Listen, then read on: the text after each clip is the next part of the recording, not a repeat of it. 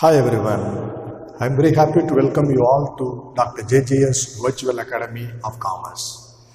In this video, I am going to discuss with you the theoretical framework related to the preparation of funds flow statement, the meaning of the term fund, then funds flow statement, then how to prepare funds flow statement, what are the steps involved in preparing funds flow statement. So these are all the aspects I am going to explain through this video. Now let's have a look at the meaning of the term fund. Referring International Accounting Standard 7, we could understand the meaning of the term fund as cash or cash equivalents or working capital. But throughout the chapter, we will be understanding the meaning of fund as nothing but net working capital. So we will learn funds flow statement from the perspective of or from the concept of net working capital. That's what we are going to do. Now, what is the meaning of funds flow statement? This statement is based on working capital concept of funds. That's what I said now. It measures the inflow and outflow of funds that arise from the different business transactions in a given period. So, through the preparation of funds flow statement, we will be measuring and presenting the inflow and outflow of funds that arise from various business transactions in a given period. That's what the basic idea behind funds flow statement. Now, let us look into the steps involved in preparation of a funds flow statement. The first step is preparation of schedule of changes in working capital. What is the meaning of the schedule of changes in working capital? Through the preparation of this particular statement, we will look into the change in current assets and current liabilities. The change could be either increase or decrease in the values of current assets and current liabilities of the current year, comparing that of the previous year, and record such changes to show how they are going to have impact on the value of working capital. That is what we are going to do through the preparation of schedule of changes in working capital. Now, what is really working capital? It is excess of current assets over current liabilities. We refer net working capital because gross working capital in general refers to the total value of current assets. We are here considering the net working capital, which is nothing but excess of current assets over current liabilities. Fine. Current assets minus current liability is equal to working capital according to the formula. Now, you need to understand these four formula which I have written down. Without having clear understanding over the four formula, you cannot complete the preparation of schedule of changes in working capital. So this is very important. Now the first one. Increase in a current asset leads to increase in working capital. Now have a look at it. In the standard situation, if current asset is amounted 50,000 and current liability is amounted 30,000, what is working capital? 20,000 rupees. This is a standard situation we have considered here. Now, what is the first formula? If there is an increase in the current asset, it leads to increase in working capital. Look at the change. From 50,000, if it is increased to 60,000, when the current liability remains the same, what is the change you find in working capital? Due to increase in current asset by 10,000, the working capital is also increased by 10,000. That is why what I have stated in the first formula, increase in the current asset leads to increase in working capital. That is proved here. Now number two, decrease in the current asset leads to decrease in working capital. Now look at it. From 50,000, if it comes down to 45,000, so you find a reduction of 5,000 rupees in the value of current assets. What about current liability? It remains the same. Now what is the impact of decrease in current asset by 5,000 on the working capital? The working capital becomes 15,000. Therefore, from 20,000, this comes down to 15,000. So, whatever decrease you find in current asset, the same decrease you find in the value of working capital also. So, formula 2 of decrease in the current asset leads to decrease in working capital is proved. Now the third formula, what I have written, increase in the current liability leads to decrease in working capital. Let us check it out. 50,000 rupees, that's a value of current assets. It is brought down as it is. Here it is stated increase in current liability. What is the current liability in the given situation? It is amounted 30,000. If you increase it by 5,000, it becomes 35,000. So the increase in current liability by 5,000 leads to have decrease in working capital by the same 5,000. From 20, it comes down to 15,000. So increase in current liability leads to decrease in working capital. What about the last formula? Decrease in current liability leads to increase in working capital. With regard to the value of current asset, there is no change. What about the value of current liability? From 30,000, if it comes down to 25,000, the working capital from 20, it goes up to 25,000. So decrease in current liability by 5,000 leads to increase in working capital by the same 5,000. That's what about the understanding over the four formula what I have written here. So increase in current asset leads to increase in working capital. Decrease in current asset leads to decrease in working capital. Increase in current liability leads to decrease in working capital. Decrease in current liability leads to increase in working capital. So plus is equal to plus, minus is equal to minus, plus is equal to minus, minus is equal to plus. This is the secret of the four formula that you need to be very sure if you want to successfully prepare schedule of changes in working capital, which is stage number 1 in the preparation of funds flow statement. Now let's continue. I have given you some possible list of current assets which we normally find in the problems. And similarly, you find the list of current liabilities in the other side. Cash, bank, stock of raw materials, stock of finished goods, debtors, bills receivable, prepaid expenses, accrued income, marketable securities, trading investments of short term, like that.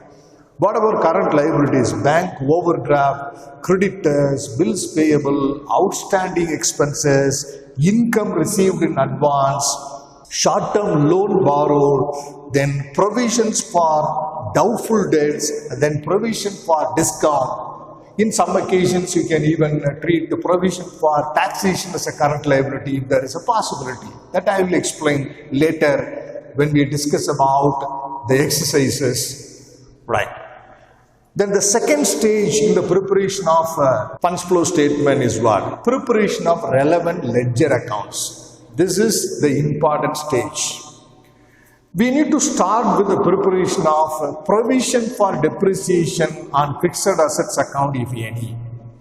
If there is a provision for depreciation on fixed assets, you start with that first ledger. This is my style of doing funds flow statement.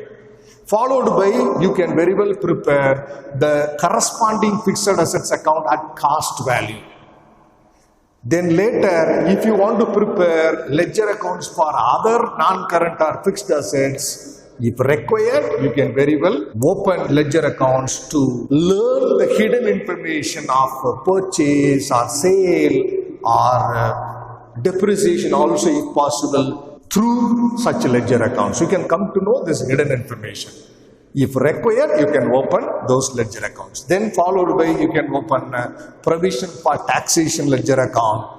Then capital account could be open if the problem is related to a sole proprietary concern or a partnership concern.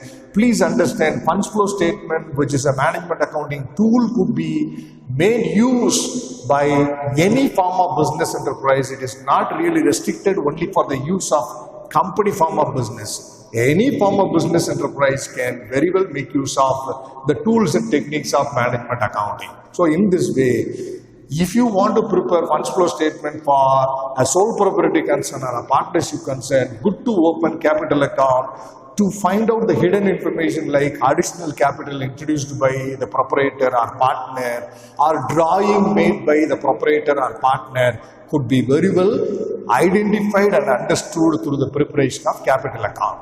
Then what about long-term liabilities account? Accounts for debentures, bank loan, if required, you can open. If you find the difference between the opening and closing values of the long-term liabilities is clearly understood as new borrowing made or repayment of the existing loan or borrowing, if you are able to understand that very directly, you don't require to open ledger accounts for them. If required, you can open ledger accounts for non-current liabilities in this stage. Finally, you open adjusted profit and loss account. See, profit and loss account is originally prepared to learn about the result of a concern's financial performance, and that is why it is beautifully named as statement of financial performance. Right? That's an appropriate name for profit and loss account. What I mean here, the result of the profit and loss account could be either net profit or net loss. But we would like to know what is the fund really generated through the main operation of the business. You understand, right? And the fund generated through the main operation of the business. That is what we would like to know. Right? There is a subtle difference between operating profit and funds from operation. There is one important item which is nothing but depreciation that will make the difference between the two. Right? We will discuss that in detail if possible in other videos. Now come to the point. So by preparing the adjusted P&L account, we do certain adjustments for the non-fund and non-operating items. I'll teach you in detail through a practical problem. So, we will do adjustment of the non-fund and non-operating expenses as well as income to find out the value of funds from main operation of the business. If the inflow of the fund is in excess of the outflow, you can say it is going to be resulted with the funds from operations. Otherwise, it would be named as funds out of operations. It is like operating profit and operating loss. That's what the idea behind it. So, we will come to know that by the preparation of the last ledger account, which is nothing but adjusted profit and loss account. Followed by, we move to the third step in the preparation of funds flow statement. This is the format of the T form of funds flow statement.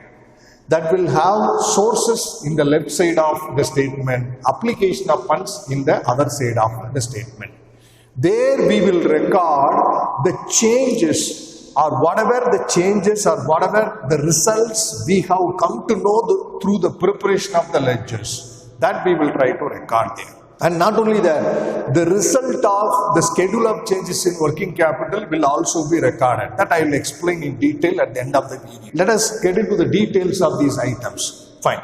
Funds from operations. If the result of the adjusted profit and loss account is funds from operation, it is a source of fund that would be recorded in the sources side. Similarly, issue of shares, issue of debentures will bring in fund into the organization. Then borrowing of bank loan or loan from other financial institutions, then sale of fixed assets, then sale of long-term investment, then additional capital introduced by the partners or proprietors if the problem is related to such concerns, right? Things like that. Then what about the application of fund? You write funds out of operation. If the result is funds out of operations from the adjusted P&L account, you can very well write it as an application of fund, then drawing made by the proprietor or partner, then redemption of preference shares, then repayment of long-term liability, purchase of fixed assets, purchase of investments, tax paid, then dividend paid. Dividend received will not come. Dividend received will be treated as non-operating income. So, interest received, dividend received, all would be treated as non-operating income and adjusted in the adjusted profit and loss account. Similarly, interest paid will also be adjusted there. Then which alone will come? Dividend paid. Dividend is an appropriation out of profit, and therefore it is going to be a separate payment, not like interest payment, and that would be recorded here. Please try to understand, interest paid is a charge, but dividend paid is an appropriation out of profit. So interest paid is a charge against profit, whereas it would be done before we calculate the profit, whereas dividend paid is an appropriation out of profit, and such appropriation paid will be considered here. You understand, right? The tax provided, if it is paid, that will come over here in application of fund. Now let's come to the result of the schedule of changes in working capital. The result of the schedule of changes in working capital could be either increase in working capital or decrease in working capital. Now please understand this very carefully. Fine. This is the main pool of funds, what you have in your right hand. And this is a hand meant for working capital. Please understand what I am explaining. So here you keep some amount. This hand gives some amount to the other hand, which is a hand meant for working capital. Fine.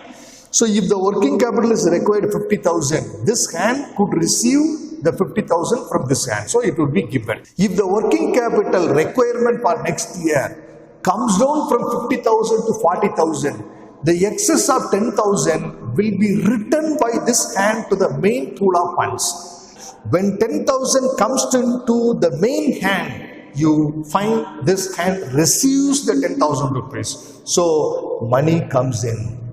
So it becomes a source. Therefore, what you understand? Decrease in working capital contributes for source of fund. Whereas, if the working capital requirement is increased from 50,000 to 60,000, you find this hand requires 10,000 more rupees. From where it will get the 10,000 more rupees? From the main pool of funds. So 10,000 rupees will take outflow and go towards the working capital hand. So if there is increase in working capital, you find outflow of the fund to meet out the increased demand or requirement in working capital. So decrease in working capital is like a source of fund. Increase in working capital is like application of fund. That's what you need to understand. Fine. So if there is a decrease in working capital, and definitely you find a balancing figure over here, the decrease will contribute for source of fund. So you will find the balancing figure that would be exactly equal to the value of decrease in working capital you calculated through schedule of changes in working capital. If you find a balancing figure on the other side, you find it is very much equal to the value of increase in working capital which you have calculated. So with that, I complete my explanation over the basic steps to be followed in the preparation of funds flow statement. Right? Thanks for watching this video. I'll meet you in another video. Bye for now, everyone. Good luck.